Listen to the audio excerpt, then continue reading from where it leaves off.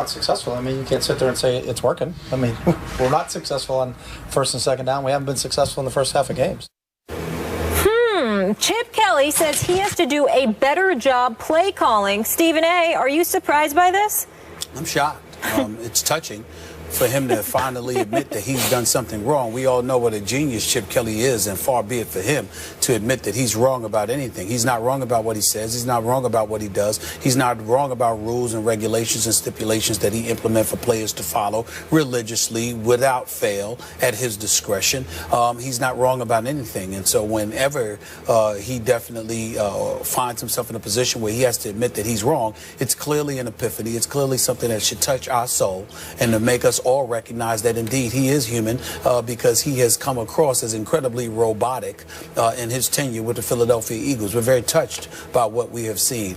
The multitude of bodies that have departed from Philadelphia in favor of guys that he thought were best for the team, who clearly don't appear to be that way at this particular juncture. They're 1-3 on the season.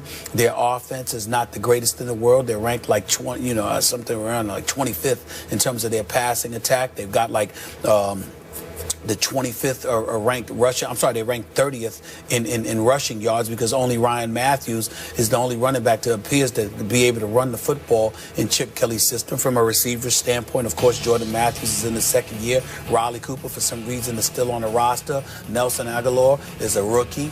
All of those guys are individuals that Chip Kelly deemed were suitable replacements for the Deshaun Jacksons and Jeremy Maclins of the world.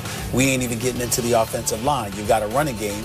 You go and you get DeMarco Murray and Ryan Matthews, but you decide that you don't need Mathis and Hermans on your offensive line. And you've got a guy like Lane Johnson acknowledging that the offensive line is the Achilles heel of this team. They're the guys that are not showing up and producing. And if you don't address the line of scrimmage, most NFL aficionados understand you're not going to have a level of success. But no, of course, Chip Kelly doesn't feel that way. He's boy wonder. He's the boy genius. Of course he doesn't think like that. Absolutely not. So what our line of scrimmage, our offensive line, stinks right now. So what of our defensive line is suspect. Makes no difference whatsoever. We don't have to win at the line of scrimmage in my system because I'm Chip Kelly.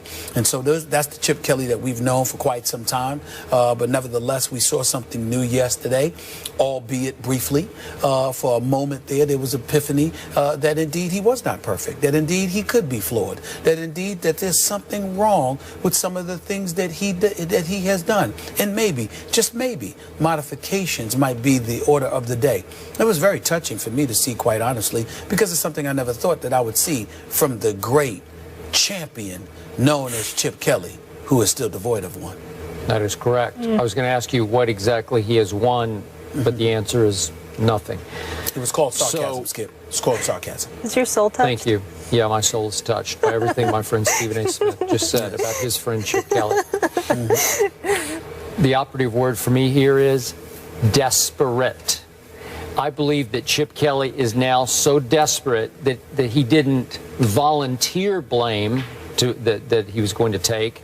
He just accepted off a question. He accepted the blame. Well, that's a breakthrough. Wait, the smartest man in the room actually acknowledged publicly, yeah, I could do a better job of calling plays. Well, it's a breakthrough because this team is about to get broken. This team is 1-3, and if it fell to 1-4, you couldn't write them completely off. But I think psychologically they would be broken. That's my feel. And yet they have New Orleans at home. Crucial. It's almost make or break, even though we're still early in the year. But I believe what Chip did, as small a gesture as it actually was, but in the grand scheme of things, it was a big gesture. I think it will help his cause in his locker room. I think it will allow the players to sigh a little bit, be a little relieved that, my God, our coach actually took a modicum of blame for what has happened in here. Obviously, you can blame the quarterback. Sam Bradford looks shell-shocked to me. He looks like he's lost his nerve in the pocket.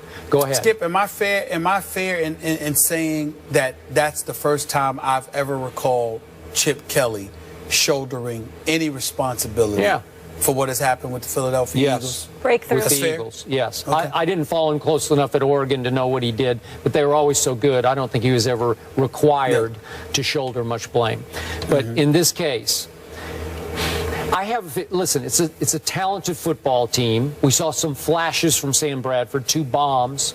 Although what Chris Culliver was doing on those 2 plays for the Redskins, I have no idea. It looked like he lost touch with reality and just forgot he was actually in the football game. And amen to that. And said, wait a second. Oh, my guy just caught a touchdown pass. It's not like he spaced out. I don't know what he was doing.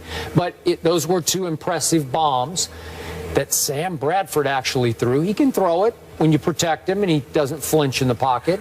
But it's still a talented football team, and I still think they can beat the Saints. And then they have 3 straight big primetime games. They got Monday night against your New York Football Giants at home. Then they go to Carolina on a Sunday night and go to Dallas on a Sunday night. Well, I don't think I'm not going to write them off yet, because I could see them winning 3 of these 4 games. I just could. And they could get in, as we just talked about, in the NFC East, you could get right back in the hunt. And if they do get back into the hunt in the NFC East, I think you'll look back at that moment in that press conference as maybe a pivotal turning point for Chip Kelly, that he said, yeah, I could do a better job. And his players are like, thank you.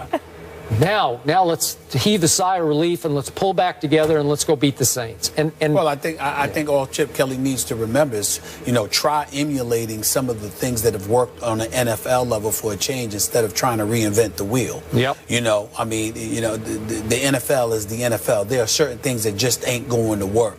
And there's no question that I believe the Philadelphia Eagles have elite talent in the NFL. Yeah, they do. At some positions. Sure. I really, really believe. They're not scrubs. They're not scrubs. They can play.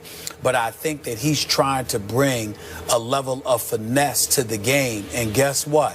When your chest is getting caved in, or your knees are getting cut from out under you, or you get knocked upside your head, finesse ain't gonna save you. You need some rough riders out there, and Chip Kelly's better get with that program. I'll go on record. They will beat the Saints at home. I know that's not a big deal, but favorite.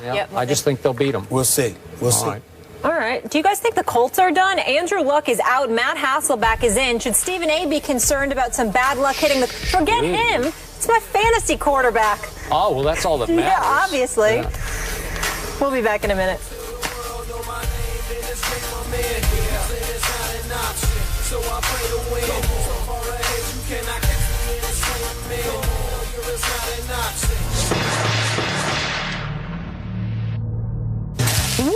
This is a witch hunt. I'm sick to death, dead wrong.